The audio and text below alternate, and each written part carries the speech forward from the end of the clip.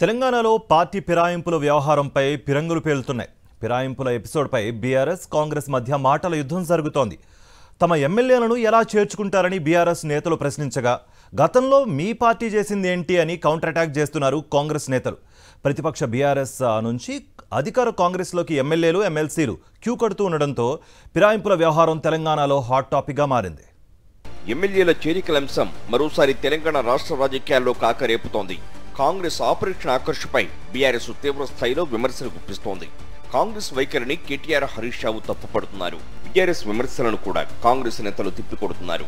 ప్రభుత్వాన్ని పడగొడతామని మాట్లాడుతుంటే చూస్తూ ఊరుకోవాలా అంటూ ఎదురు దాడి చేస్తున్నారు హస్తం నేతలు.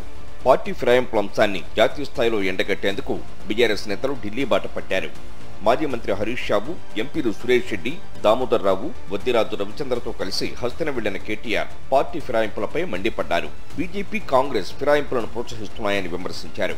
పార్టీ ఫిరాయింపుల అంశాన్ని పార్లమెంట్లో ప్రస్తావిస్తామన్నారు కేటీఆర్. కాంగ్రెస్ పార్టీ చేస్తున్న దివాలాకోరు రాజకీయం ఏదైతే ఉందో పార్టీ ఫిరాయింపుల విషయంలో, దాన్ని జాతీయ స్థాయిలో ఎండగట్టడానికే ఢిల్లీకి వచ్చాం. ఇక్కడికి వచ్చి వాళ్ళ అధిష్టానం అనుమతి తీసుకొని మరిన్ని ఫిరాయింపుల్ని ప్రోత్సహించడానికి రేవంత్ రెడ్డి గారు ముందుకు పోతున్నారు. మేము ఆలోచిస్తున్నది న్యాయం లభిస్తుంది హైకోర్టులో అని. ఒకవేళ లభించకపోతే సుప్రీంకోర్టుకు వస్తాం.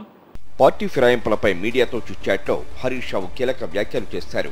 కాంగ్రెస్ ప్రభుత్వాన్ని పడగొడతామని తాము ఎప్పుడూ వ్యాఖ్యలు చేయలేదన్నారు. ఫిరాయింపుల వల్ల తమకు లాభం జరగలేదన్నారు. అప్పట్లో బీఆర్ఎస్లో చేరిన వారిలో 10 మంది ఓడిపోయిన విషయాన్ని గుర్తు చేశారు. ఫిరాయింపులపై సుప్రీంకోర్టు తీర్పు ప్రకారం అసెంబ్లీ స్పీకర్ 3 నెలల్లో నిర్ణయం తీసుకోవాలన్నారు. ఇక ఫిరాయింపుల విషయంలో బీఆర్ఎస్ నేతల కామెంట్స్ కు కాంగ్రెస్ నేతలు గట్టి కౌంటర్ ఇస్తున్నారు. విలువల గురించి మాట్లాడే నైతిక హక్కు బీఆర్ఎస్ కు లేదన్నారు Congress MP Chamala Kiran Kumar Reddy, MLA Beerla Ailaiah. BRS నీతులు చెబుతుంటే వినే స్థితిలో కాంగ్రెస్ లేదన్నారు. నీ సొంత ఎమ్మెల్యేలను, నీ ఎమ్మెల్సీలను, నీ రాజ్యసభ సభ్యులను కాపాడుకునే దమ్ము ధైర్యం లేక ఇలా పార్టీ ఫిరాయింపులు అని అంటున్నావు.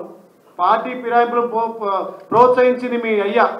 ఆ రోజు మీరు చేస్తేనేమో సంసారం, ఇవాళ ప్రజాపాలనతో వచ్చే పార్టీలో చేరుతుంటే ఎమ్మెల్యేలు ఎమ్మెల్సీలు చేరుతుంటే మరి ఇంకొక రకంగా చిత్రీకరించడానికి మీరు ఏ రకంగా ఊహించుకుంటున్నారో తెలంగాణ ప్రజలు గమనిస్తున్నారు.